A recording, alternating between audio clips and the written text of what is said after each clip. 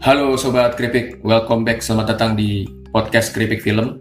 Di episode kali ini gue akan mereview film horor, lagi-lagi film horor, semoga nggak bosen.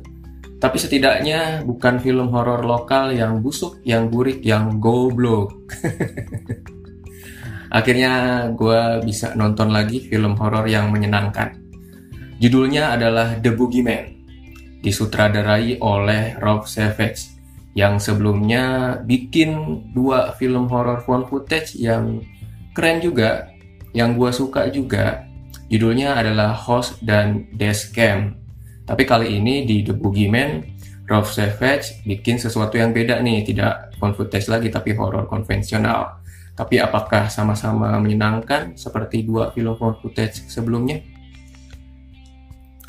Kalau ngomongin The Boogeyman sih pasti mungkin kebanyakan orang akan ingetnya sama Baba Yaga ya, alias John Wick. Tapi kalau gue pribadi justru ingetnya sama salah satu superstarnya WWE, The Boogeyman, sama namanya, sama-sama The Boogeyman. Karena dia itu nggak hanya unik ya, pas keluar itu dengan make up yang ngeri, yang unik. Tapi juga karena dia kalau keluar kering itu sebelumnya ngunyah dulu cacing. Terus nanti entah itu dimuntahin ke ring atau disemburkan ke wajah lawannya. Ya gue justru malah ingat The Boogeyman yang itu. Jadi paruh awal The Boogeyman itu bisa dibilang akan mengingatkan gue itu sama film horor tahun 2014. Judulnya adalah The Babadook. Karena Rob di sini tidak hanya bergantung dengan penampakan utuh si The Boogeyman nantinya, tapi juga mampu memaksimalkan peran atmosfer dan bebunyian untuk menambah rasa mencekam dan menakut-nakuti penontonnya. Horor yang bagus emang menurut gue itu salah satunya aspeknya adalah bisa bikin kita takut sebelum penampakan ataupun jump scare-nya itu ditampilkan oleh si pembuat film horor. Karena yang namanya seram atau enggak seram, menurut gue itu kan emang relatif ya. Jadi yang menurut Rob Savage itu seram, ya belum tentu nantinya penampakan si The Boogeyman itu seram buat gue atau orang lain yang nonton. Tapi setidaknya Rob itu ngerti, paham bagaimana membuat trik untuk memancing rasa takut kita itu muncul sebelum kita nantinya dipertontonkan oleh penampakan-penampakan utuh si The Boogeyman. Karena dari awal itu si Boogeyman-nya itu tipis-tipis penampakannya, bayangan doang lah, matanya doang lah, nyala warnanya merah, mirip ini pocong Jeffrey.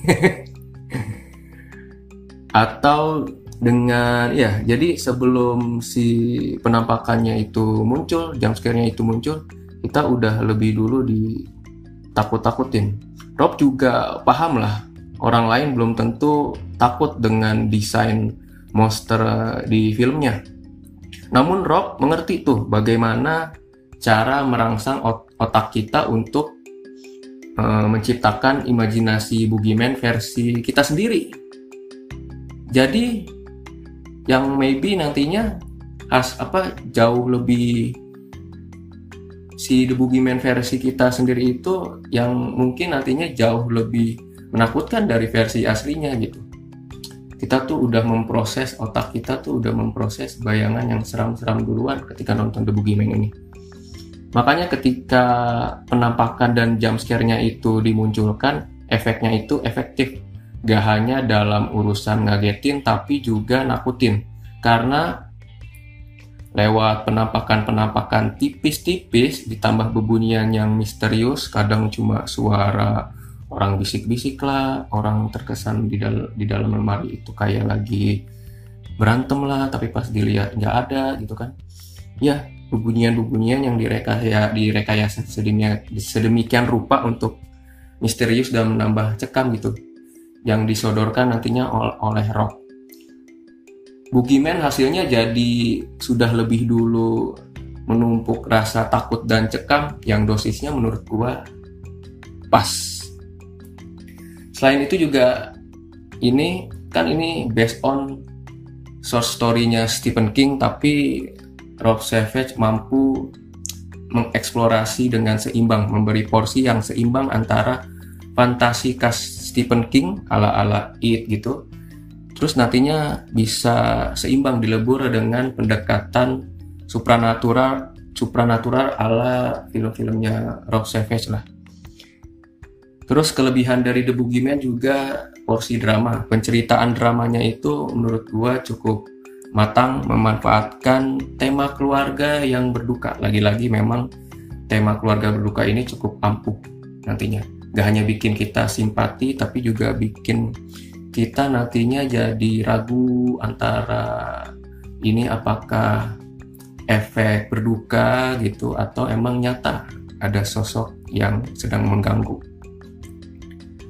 Terus juga karakter-karakternya terutama kakak beradik yang sangat apik, sangat believable, jadinya kita nanti ketika nonton lebih peduli dengan karakter-karakternya.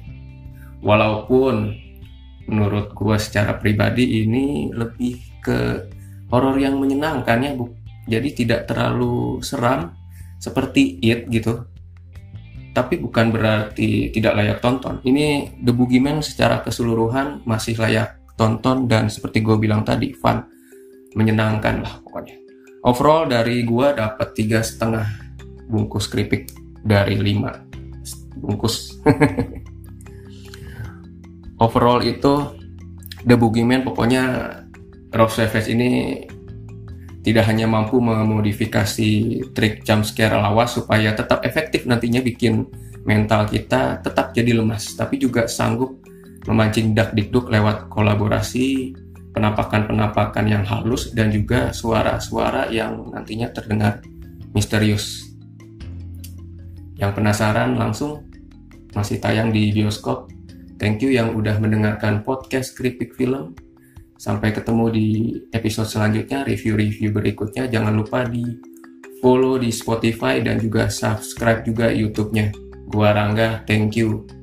Bye-bye. Ciao.